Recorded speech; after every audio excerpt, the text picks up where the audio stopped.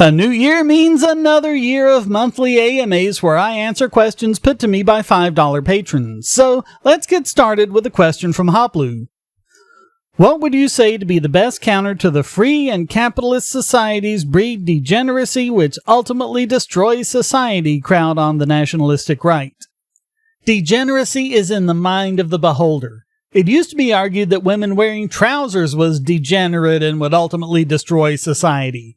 Everything from cartoons to porn had this claim levied against it. This is a big nothing statement that can be used as a substitute for an argument against anything you don't like.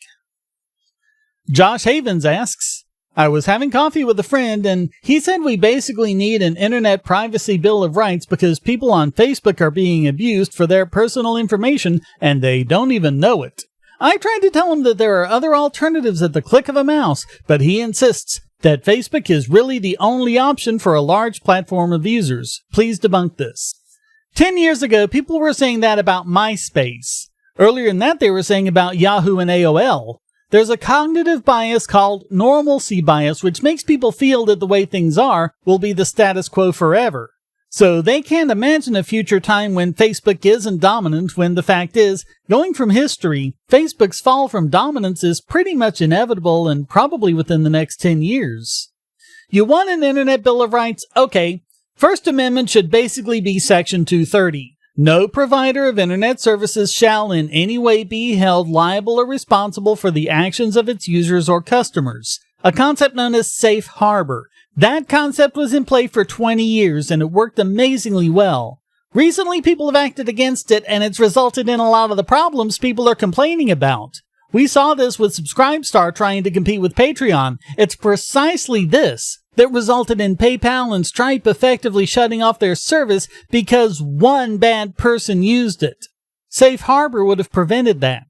Of course, early on, the DMCA, only like 2 years after Section 230 passed, made exceptions for copyright and made websites jump through all sorts of hoops to maintain safe harbor, and we've seen the results from it in censorship and other forms of harassment.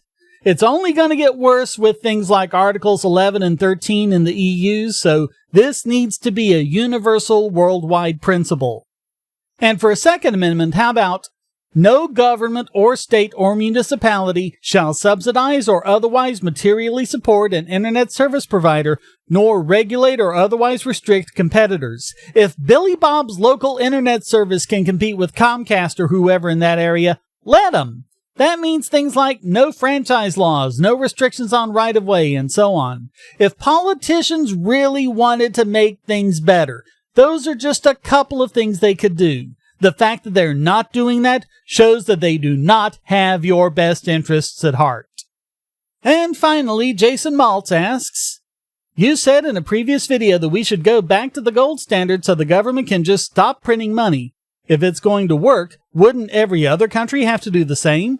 Wouldn't that limit the spending power of the U.S. greatly so they wouldn't be able to react to sudden crises? How will you convince other countries to do this when it is much easier for them to print another $1 trillion whenever they need more money? Actually, the U.S. being on the gold standard would put us in an amazingly good position around the world.